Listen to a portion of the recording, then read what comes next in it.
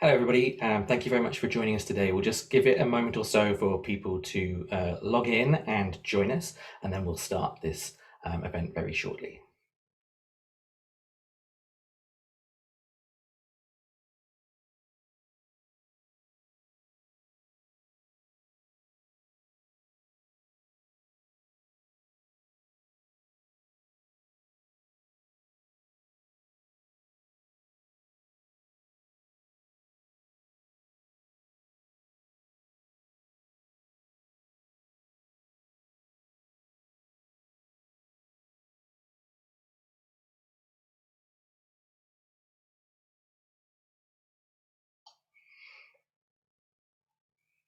Okay, let's make a start. I've just posted a quick note in the chat to say, please do post a quick note there to say hello, tell us who you are and where you're from. It's always great to know who's joined us today.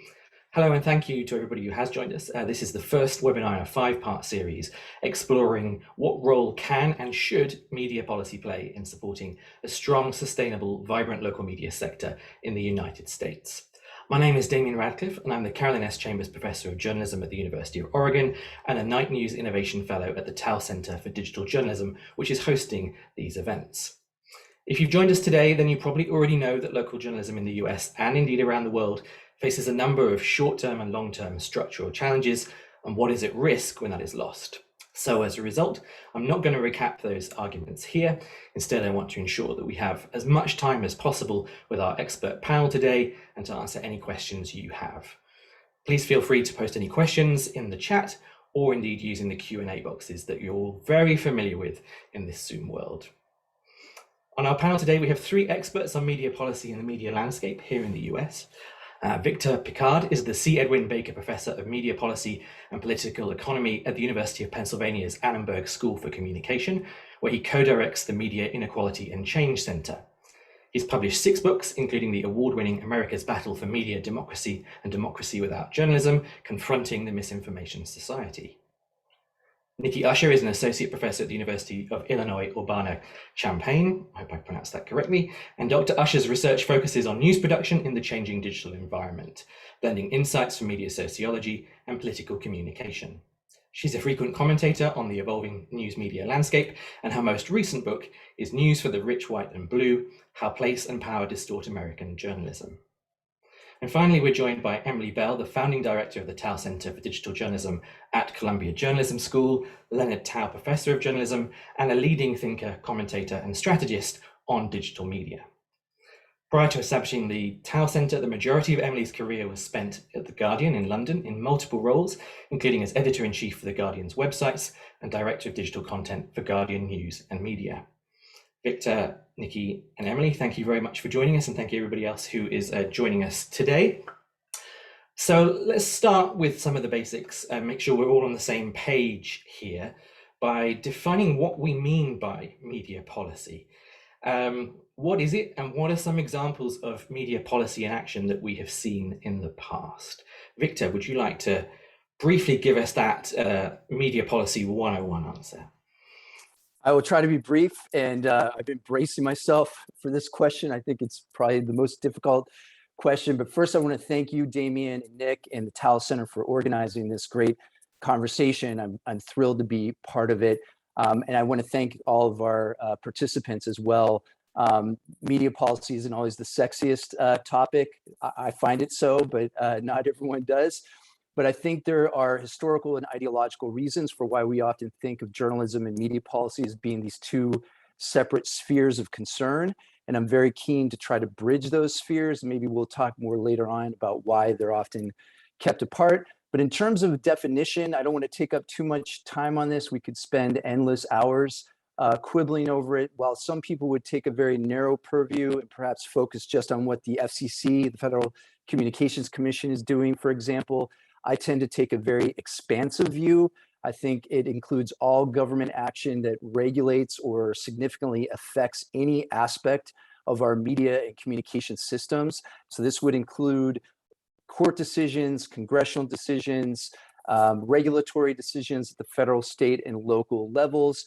Traditionally, there are usually specific policies for specific types of media, like, for example, the Fairness Doctrine. Many people have heard the notorious fairness doctrine that pertain to broadcast media, or net neutrality that pertain to the internet. There's all kinds of government interventions that directly or indirectly affect journalism, including everything from copyright to spectrum policy. But several key areas are of special concern, such as public interest regulations, media ownership restrictions, media subsidies, and antitrust laws, just to name a few.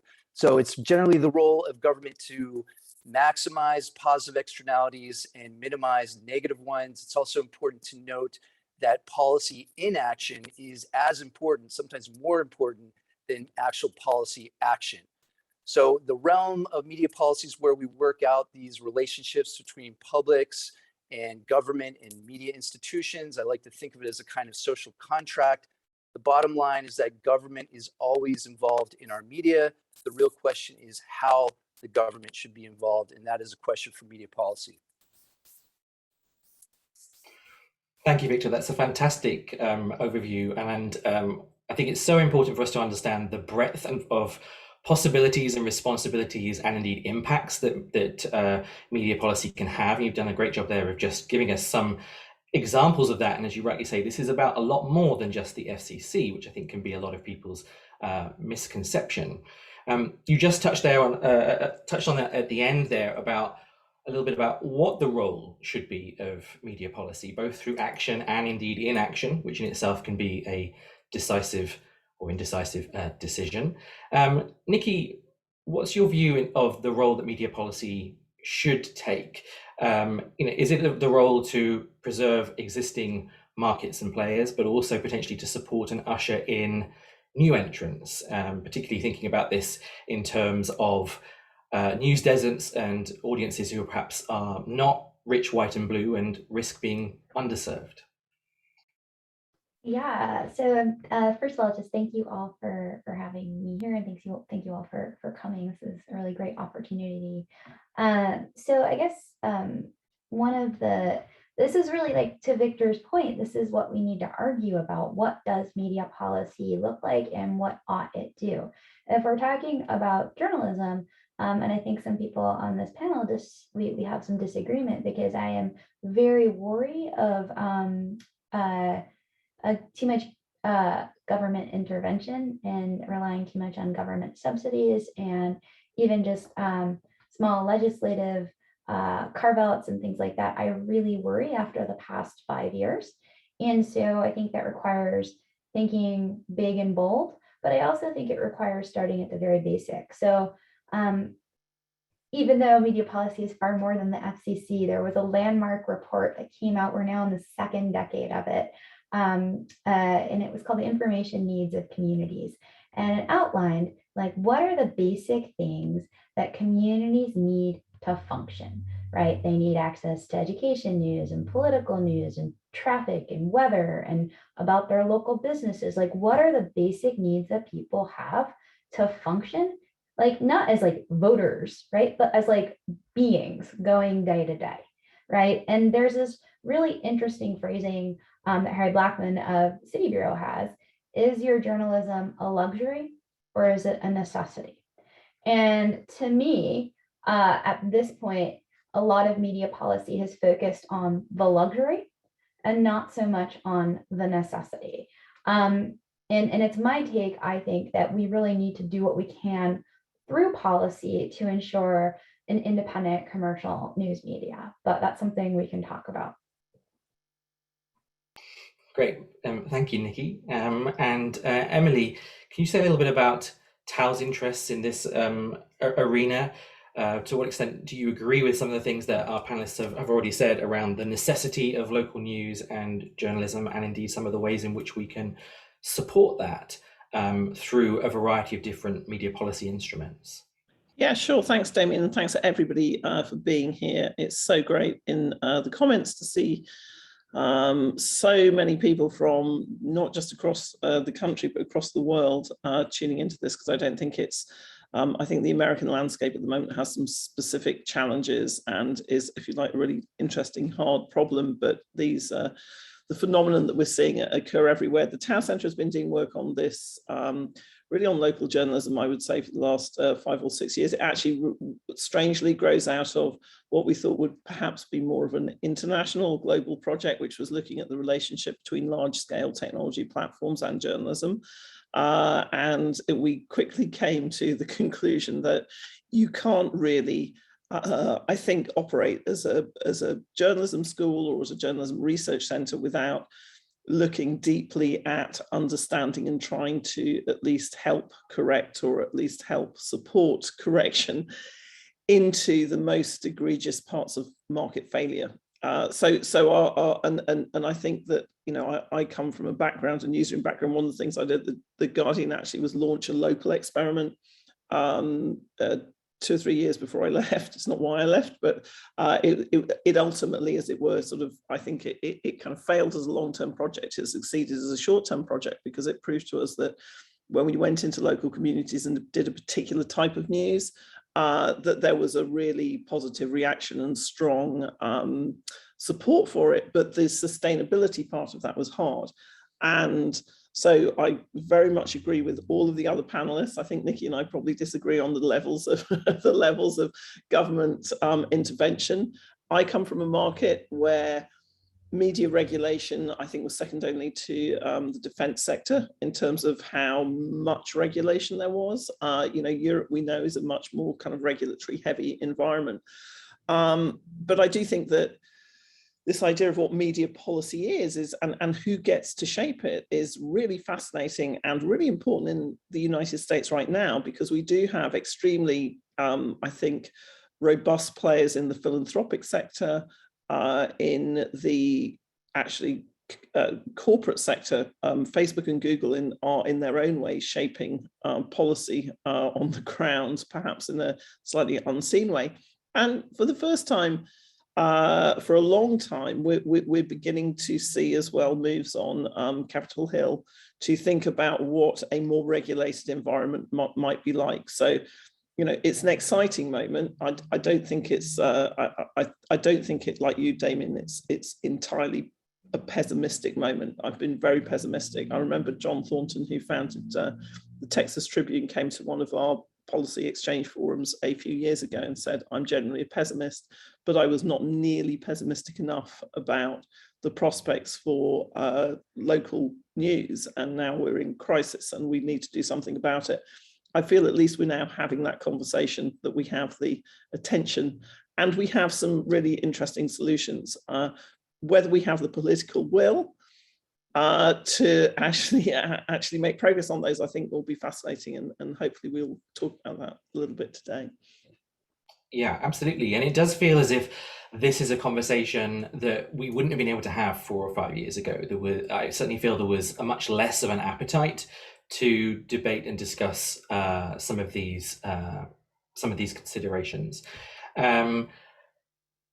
Victor, could you give us a quick sense of some of the ideas that are on the table right now that are being discussed? As Emily said, there's a variety of different stakeholders who are all raising their head above the parapet. What are some of the big things that we should be aware of at a national level? And I'm going to ask Nikki to talk about things at a state level. Sure. I want to preface it by just saying that I share Emily's optimism to see how far this debate has progressed. I remember 10, 15 years ago, even I agreed 5 years ago, trying to make the case that what we're seeing is systemic market failure. People just weren't agreeing that. They might agree that journalism is a public good, but they wanted to stop the conversation right there and not tease it out to consider that the market's not going to support the level of journalism that we need. So we need to make these policy interventions. And I agree that this is a cause for some hope that we're starting to see Congress treat the journalism crisis as a problem for public policy. We're starting to see real movement on that front. In my view, not nearly enough. But the main bill that's being considered right now, and I'm not going to go into any great depth, I'm sure you're going to be covering it in subsequent conversations, but the Local Journalism Sustainability Act is what's getting all the attention right now. And it includes a number of different subsidies, $250 subsidy for subscriptions and donations to local news, up to $5,000 for small businesses to buy ads in their local papers or local publications, and a $25,000 subsidy for a payroll tax credit. So these are not trivial subsidies, and yet I think we need to see much more. It's insufficient given the scope of the problem. There's also been an ongoing debate on the antitrust front, and I think there's this rare bipartisan consensus that we should be looking at Facebook and Google and considering perhaps even breaking them up. But in terms of how that might help journalism, I think it's an ongoing debate. There was a separate bill, the Journalism Competition and Preservation Act, that was going to allow publishers to essentially collude. Maybe that's not the right term, but basically get together and suspend antitrust restrictions so that they were at a better bargaining position with the platform monopolies around advertising markets. So that's just a very broad overview, and I have many more things to say about other proposals that we should be considering, but perhaps we'll get into them later. And Victor, I'm curious before we dive into that, whether you think this is potentially the start of a more incremental journey. So I appreciate you saying that, like, you'd like to see more subsidy. You don't think this is going far enough. Anybody who's familiar with your work knows that you have some quite radical ideas to reshape this landscape. But given where we are at and where you think we might need to be, do you see this as potentially a small step in the right direction, and that it's, given the current climate and historic precedent in the US, that incremental baby steps is perhaps the most likely way to get to the utopia that you've described? Yes, so much to say about this, but I'll just be brief by saying I do think the generous interpretation that the incrementalism is something that we can continue to build on. I've had many conversations with Steve Waldman, who I encourage everyone to consult with, look at the things that he's written about. He's probably the leading public spokesperson for the Local Journalism Sustainability Act right now, and he's very excited about it. He talks about how this could be, I think, well over $1 billion into local journalism in the coming years. So I think there are grounds for hope, and we hopefully can continue building on this. And it's been described as a bridge, but too much of the emphasis right now has been on these kind of immediate stopgap measures, emergency funds. That was another thing during COVID, the pandemic response, that we were, funneling money to various organizations, but not enough about the long term, about restructuring for long-term sustainability. So in that sense, I don't think the incrementalism is going to be enough. We really need to be bolder. Well, and in terms of where we have seen people being bold, arguably the most interesting examples of that are all happening at a state level. Nikki, could you say a little bit about some of the examples that we have seen? I mean, it's obviously one of the unique characteristics of the way that the US is governed, that we see such huge variations in terms of these discussions and willingness to engage with this topic. But we have seen some states that are really leading the charge in this domain. And I think the thing to think about is what states are leading the charge, and they tend to be these bluer states. So state of Illinois, we recently passed a bill called the Local News Task Force. I'm fortunate to be a member of that. The same thing is happening in California and in Massachusetts. And of course, many people here on the chat are very familiar about New Jersey sort of diverting money into a separate independent pool. It was just a tiny amount, but it's a very important symbolic amount. I also think that there are these soft subsidies that we don't really remember are there that can make a big difference. So many public universities subscribe to newspapers, news organizations, and then the student programming fees can go to support a free subscription to the New York Times. So currently at my university, the money is going to the Wall Street Journal, the New York Times, and USA Today, and the Chicago Tribune is being left out. But that's kind of an existing sort of little mini subsidy. Same thing with our television stations buy into some weird thing that all the universities have in the gym. I don't know if you all have that, right? But that is also another way that, like, what could that be going to local television, quite frankly, because that is important. People do pay attention to that. So there are sort of these soft kind of subsidies. California giving access to the New York Times through its public libraries is a subsidy. it also puts the Times now as the dominant newspaper, the New York Times is the dominant newspaper in the state of California, right? So that's kind of an interesting thing. Kind of just before I finish talking about this, I want to also talk about the soft subsidies that still exist at the federal level. And so in my new book, I argue that, look, we've got this thing called federal work study, and it's a very fungible cash that is used, and it's what you get, you know, as part of your tuition and financial aid package as an undergraduate. And universities use in all sorts of ways, from swiping gym cards to hiring RAs. But what's not used for is to support students working on campus media and potentially even non-campus media. And I think that that's a great kind of, we don't like to talk about pipeline because it has to also happen at the top, but that it exists, right? It's on the books. Student loan forgiveness, we're working really hard for that, but not enough has been thought about, like how might journalism loans, right, for journalism school be part of that student loan forgiveness program. So there are things, and then of course antitrust, right? There's so much antitrust legislation on the docket that we're just not enforcing, right? And so there are things that exist that we can do that don't have to be created from the ground up. And it's about thinking creatively within the potential that's already present. And Nikki, do you think that at the moment a lot of that thinking is happening in silos rather than perhaps of taking a more holistic view of how all those different components can come together to support this industry? I'm not sure. I think one of the difficulties is that journalism, especially newspapers, it's an industry, it's a business.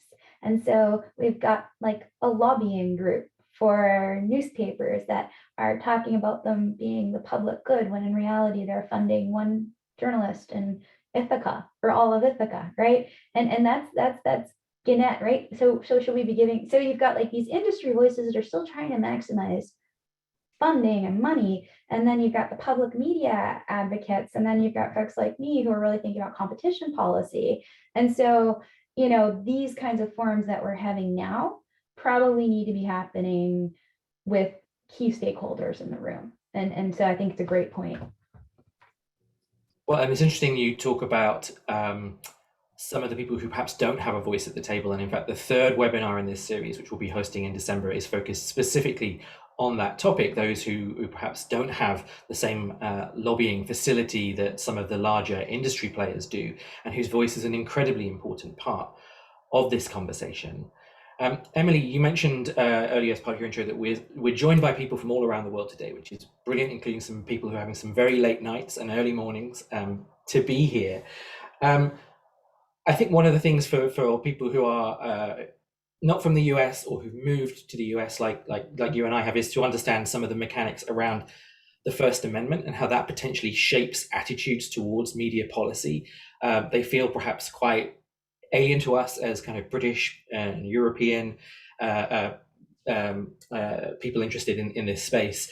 So we know that the First Amendment is held up as, you know, one of the key tenets for supporting journalism and a free press. But on the flip side, we also see that sometimes that then is used as a means to guard against interventionist approaches.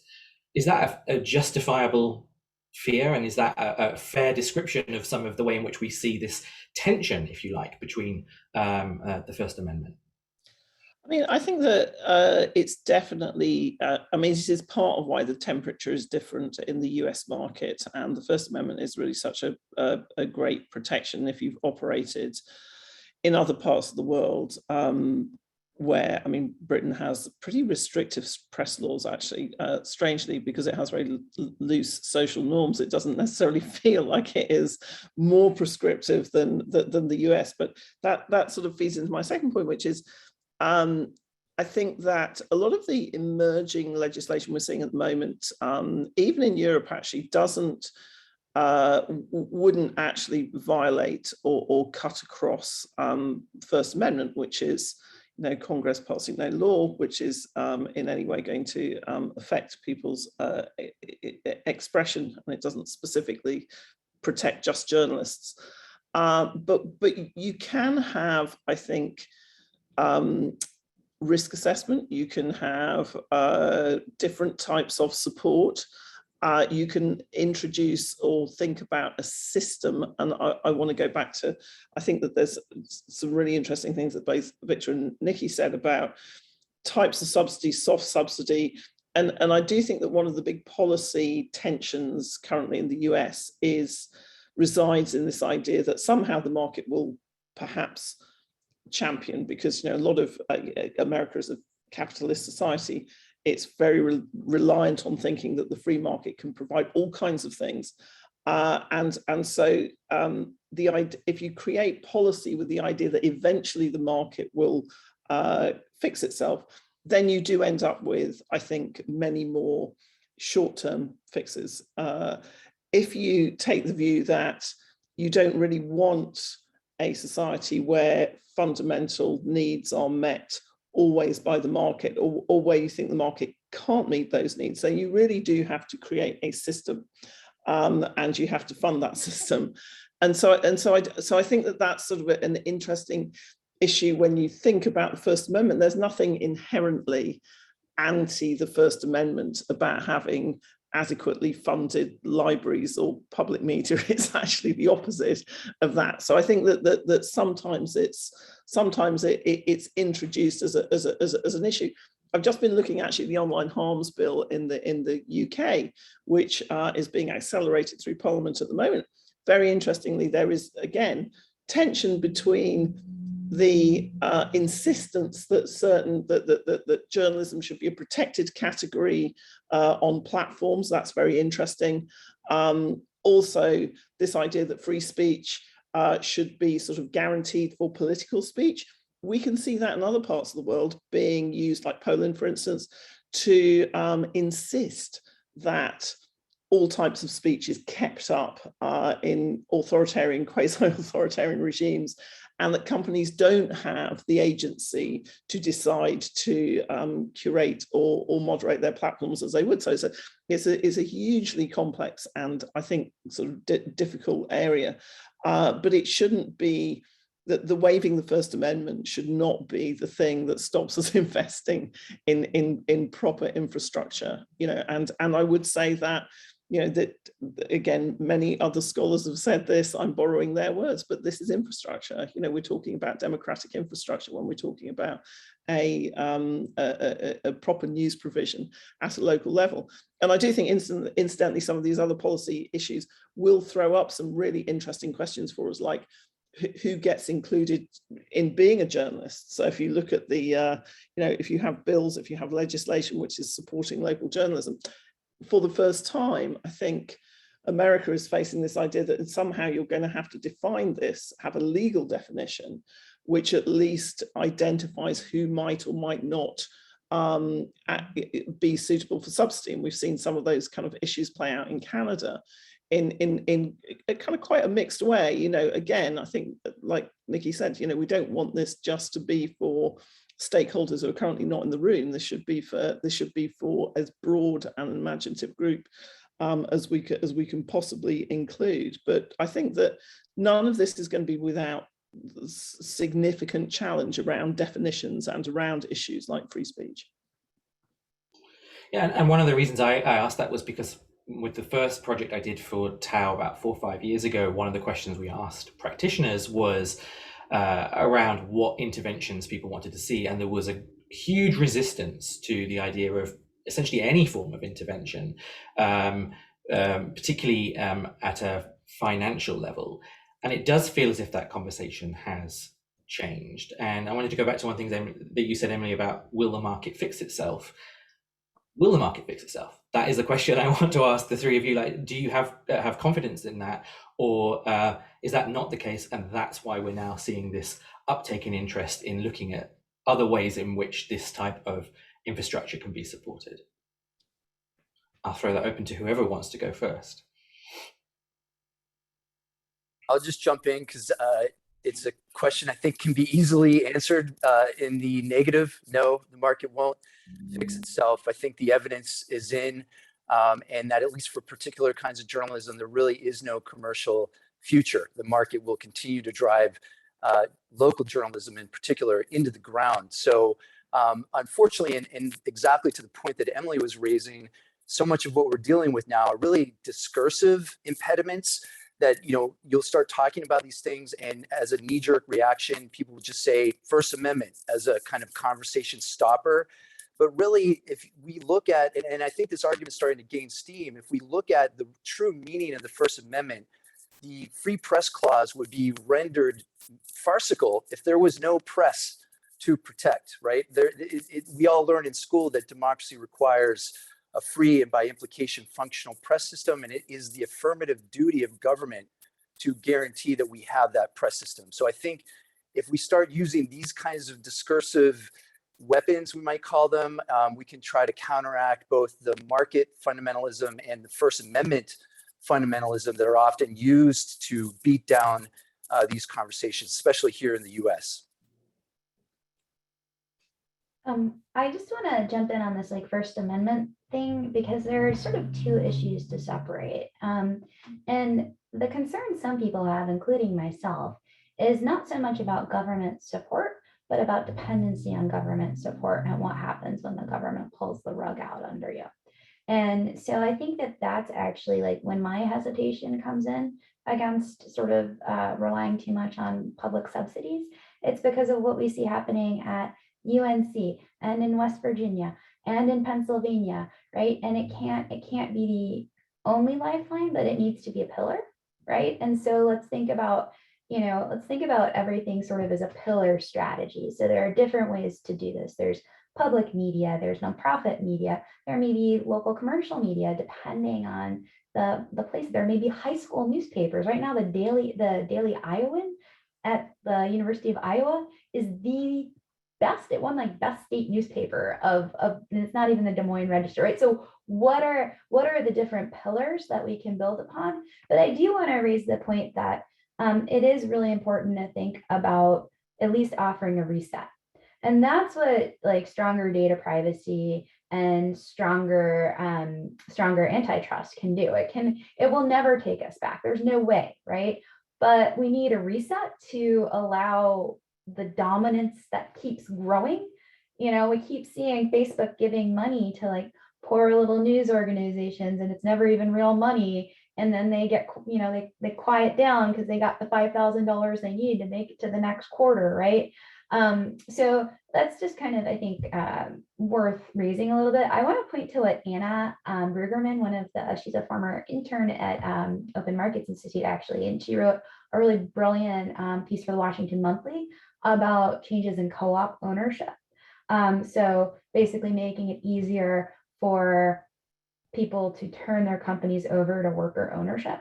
And I know that's something that Victor maybe has thought some about, but I just wanted to highlight that in the chat. That was scattered, but anyway.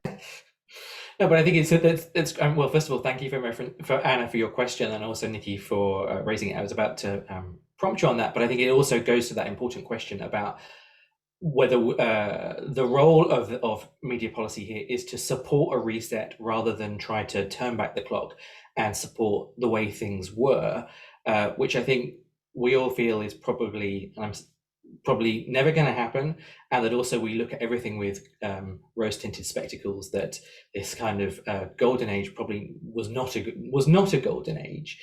Emily, is that a fair criticism, that a lot of the interventions that we currently seem to be around supporting legacy organizations in many cases to continue to operate the way that they always have done, or incrementally make small changes, rather than potentially reset our local media ecosystem for the realities of today? Yeah, I would actually almost sort of turn that on its head and say there has been the most extraordinary disruption and reset in the local media ecosystem in the last 5 to 10 years. And where most people think about getting their news now is their local Facebook group, or they get an alert on their Citizen app and they go and discuss it on Nextdoor.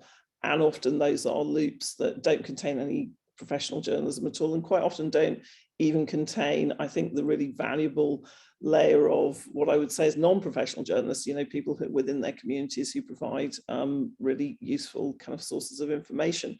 So we've had the reset, and the reset says small news organizations don't really have a sustainable future in a market which works on the basis of advertising dollars and which is controlled by a couple of really enormous companies.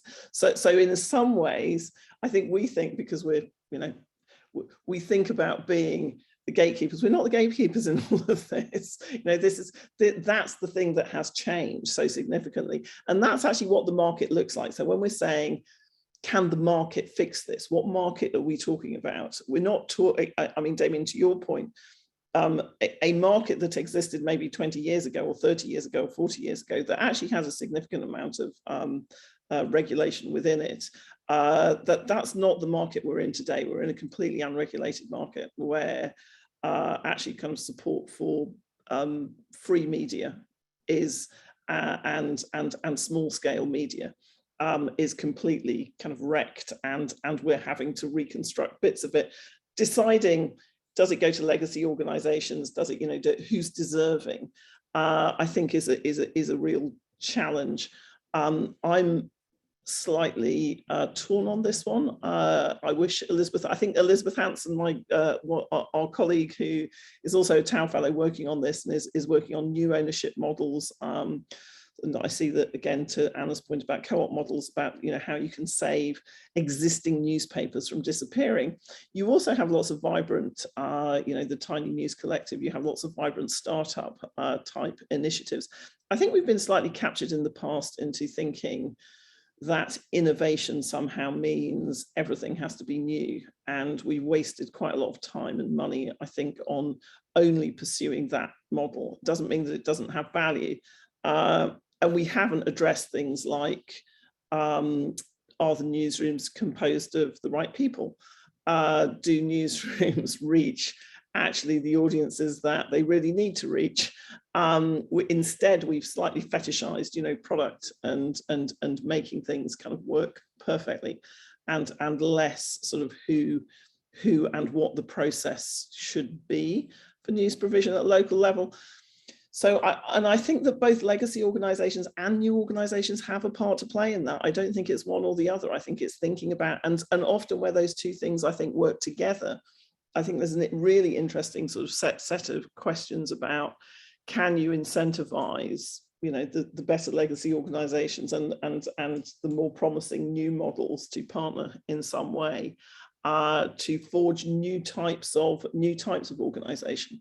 So I think that it's not about, I think there's a great danger that you end up with money going in exactly the wrong direction. I mean, it's so interesting to see what's happened to, for instance, Facebook and Google post the Australian News Media Bargaining Code. That's something I think that we could talk about sort of in a minute, and I'll let Nikki come in on this one. But they're handing out very large sums of money now, but mostly to big organizations, and often under NDAs, so we don't actually know where that money is going. There's no guarantee that it's spent on journalism, etc. So that's, if you like, a way not to do a policy intervention in a market. You kind of, and even there, some good, there are some sort of good outcomes, but it speaks to your point, Damien, about what kind of ecosystem, what kind of a system do you actually want, and can you create and design a system or an intervention or a market that delivers you that?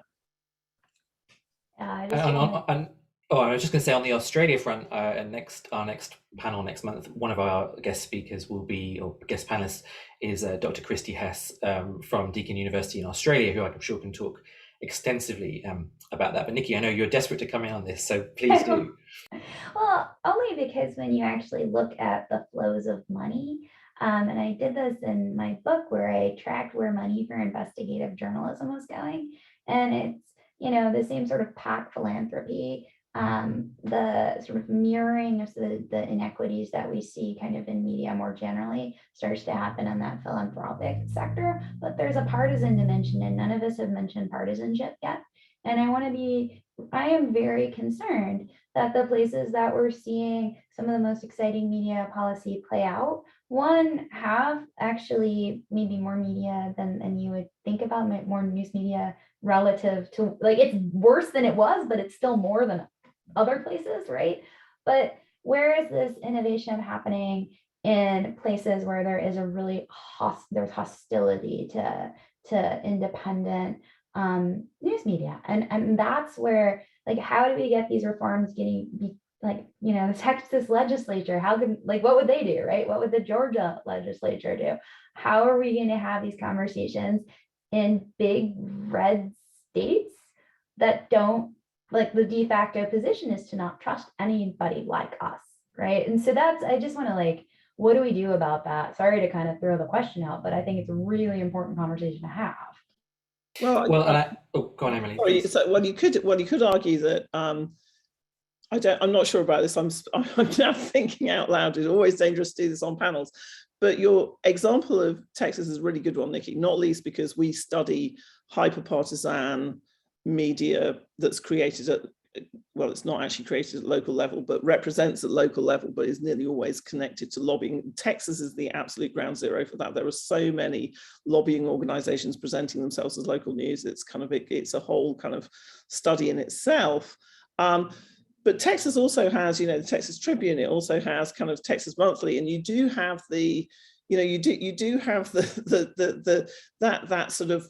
I think sometimes when, particularly if you have concentrations of population, you have enough money, then you will actually get strong oppositional reaction to hyper-partisanship. You know, I come from the Guardian. We always did. We did really well under Margaret Thatcher, and we're doing pretty well under Boris Johnson. And so I think in some ways it's more about the actual sort of economic situation of the places that we're talking about. So, you know, in some ways, I kind of look at Texas and I'm slightly horrified. But I also see there quite a vibrant ecosystem of innovation and challenge to that. I'm much more worried about where there just aren't the resources to put people into the community to report.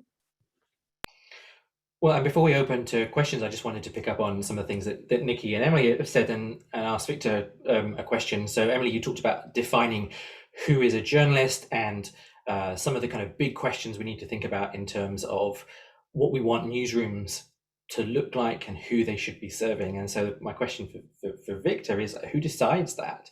Because that's a huge question. And where do those decisions lie, both now and where do you think they should lie? Wow. Yeah, these are wicked problems and very thorny questions that I couldn't even begin to address in the next couple minutes.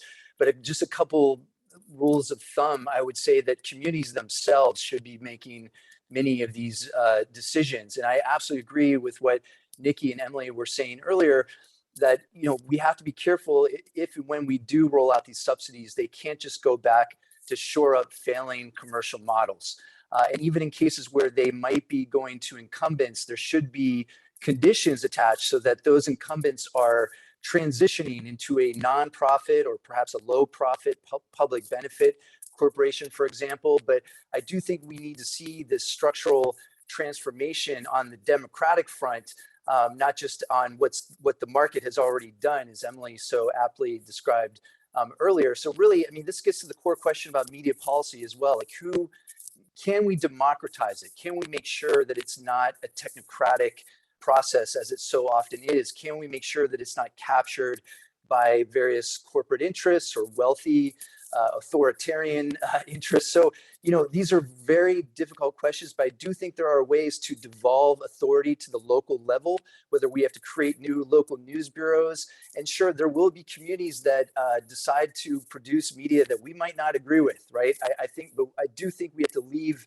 that up to autonomy to those local communities. And the last thing I'll say is that we just have to be so clear that the commercial media system never served many communities ever. So, you know, there's been informational redlining and news deserts from the beginning. So we have to figure out ways to build that out. I like what Nikki was saying earlier about the reset.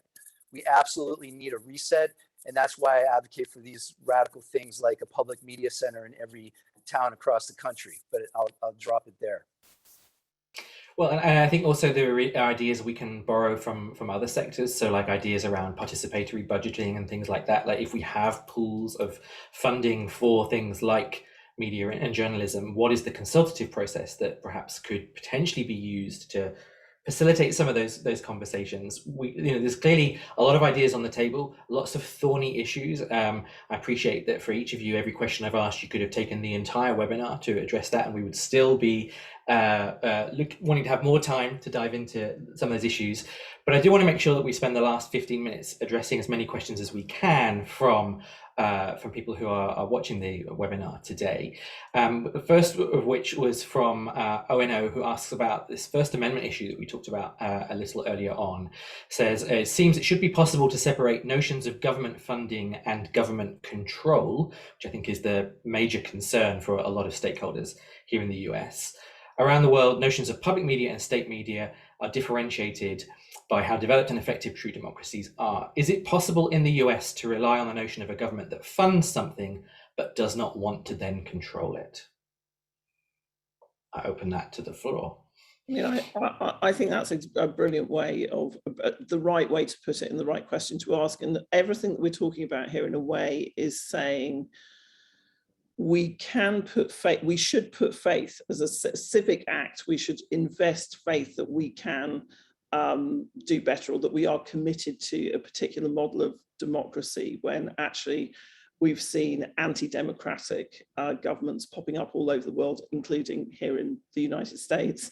And so that question about, can you create something and not control it? Can you put faith that you can build something for a generation that will serve communities and that can run without government control, government interference, is exactly the right question. I mean, I'm an optimist on this front, and I think if you can't do that, then your society is heading in perhaps the wrong direction, and it may be quite a path for the United States to get there. But we see that this is something which has actually been achievable all over the world. It was achievable in Western Europe after the Second World War, and it's hard to think of a more difficult situation, as it were, than sort of Europe emerging from that. But I think that's exactly the right question, which is support without control. And how do we deliver that, or ensure and safeguard that? What are some of the key ways in which we might be able to think about that? I'll open that to Victor and Nikki. Well, a couple ideas, and I write about this stuff a lot, so I don't want to bore people about it. But I think that exactly what Emily's hinting at here, which is, if all these democratic countries around the world have been able to figure it out, I think we can too, and I think we have to, because the other broader context I think we always have to keep front and center is that if we don't do anything, if we don't find non-market means of support, we know what's going to happen, right? So I think we have to at least try to create these public options, public alternatives, and they must not be just decommercialized, but also democratized. So again, I think we can devolve it down to local levels. I'd like to see these funds federally guaranteed, but locally and democratically determined. And if we look at some of the mistakes that were made when the CPB was created with the 1967 Public Broadcasting Act, I think we can learn lessons there. And it was always kept politically and economically impoverished. And I don't think that's inevitable. So whenever I'm calling for a public media future for journalism, I'm not suggesting that we just throw a few more dollars to NPR and PBS. We really have to expand and restructure it and democratize it. And it's going to be really difficult to do, but I think we must try. I mean, I think there are two things here. The first is we need to stop thinking about journalism in the traditional model that we're talking about it today. And there are really interesting things happening. I think Detroit's outlier media is a real high point for getting people who are too busy to go to a public meeting about anything because they have their kid in 24-hour daycare. Like, how do we get those people meaningfully engaged in how do you do it in a way that meets their needs? And I think that there's tremendous opportunities taking a cue actually from the developing world about using SMS to reach huge, like, people who just don't have time, right? And so I think that we need to think really big and broad about what information is, what news is, who the providers are in communities, because they may not be a news organization, right? Leaning harder on voluntary associations to do some of this work, right? So I think that that's one thing, but I really think we need to, and I wrote about this last week, we really need to figure out how to guarantee media independence.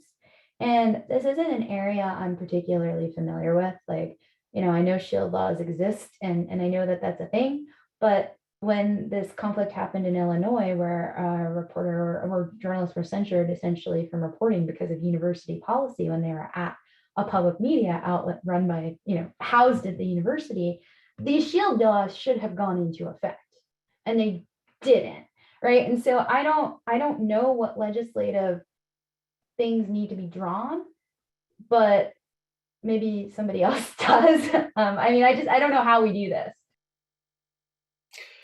Well, and it speaks to one of the comments that was in the chat, speaks to perhaps some of that tension of the independence of to what extent can you interrogate government if you are reliant on funding from government, which is obviously an inherent tension.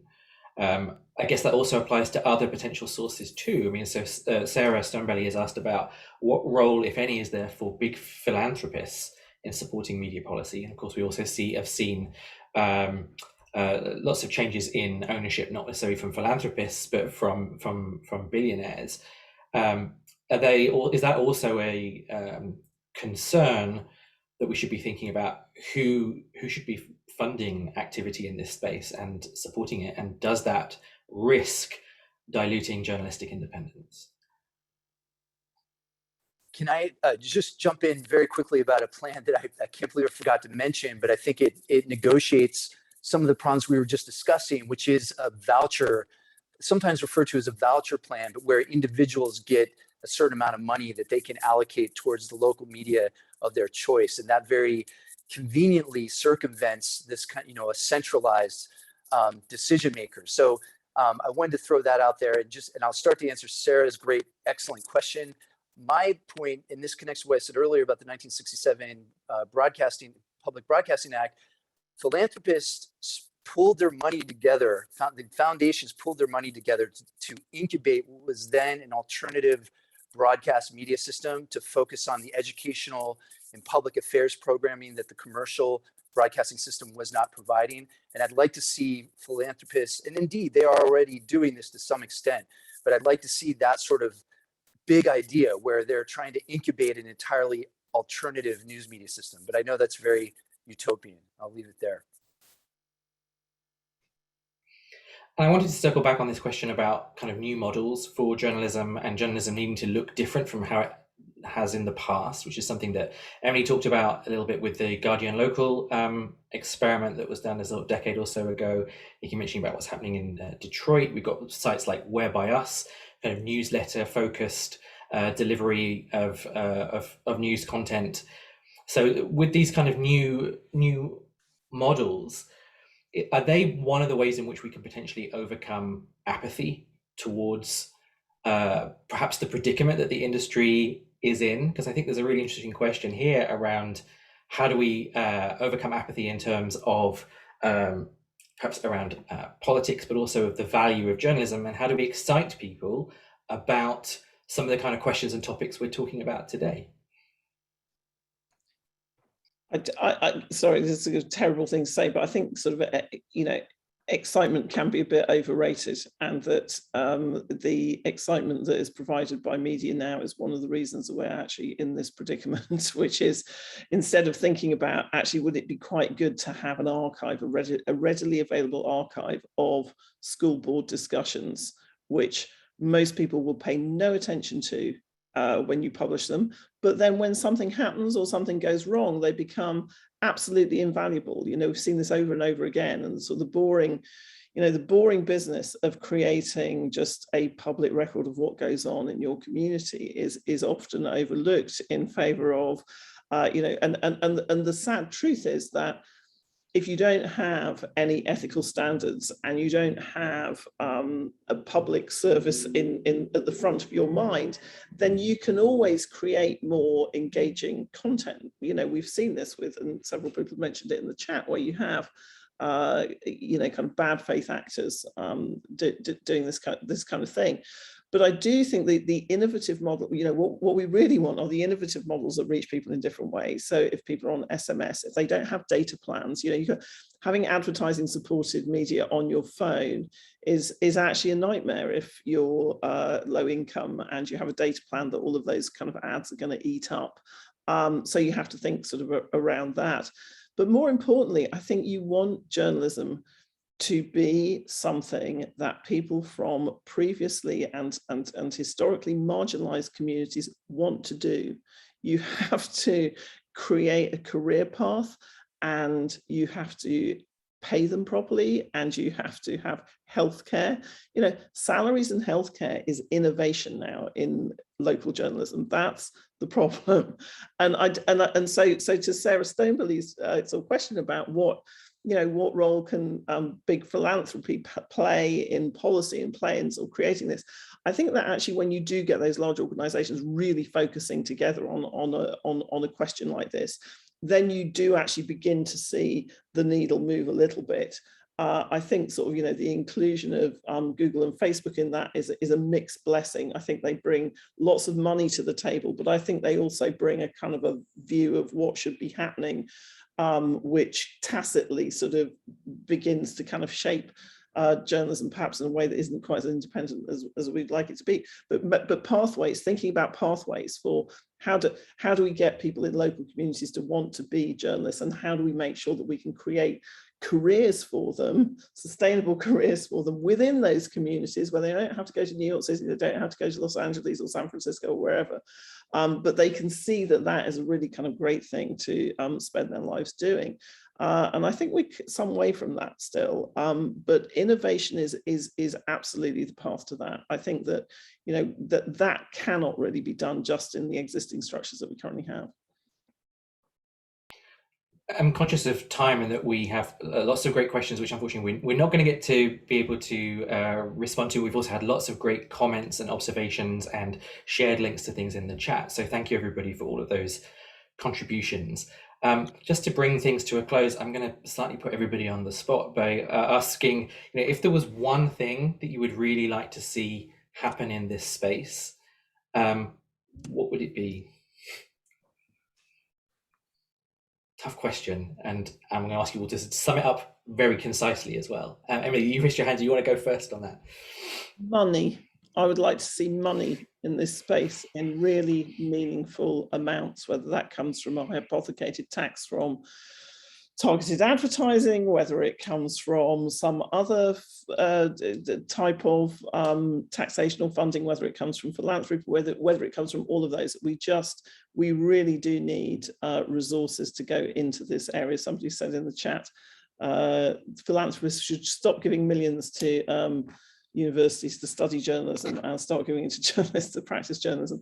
I'm happy to say we're a very small fraction of the money that philanthropists have actually been giving to journalists to really practice journalism.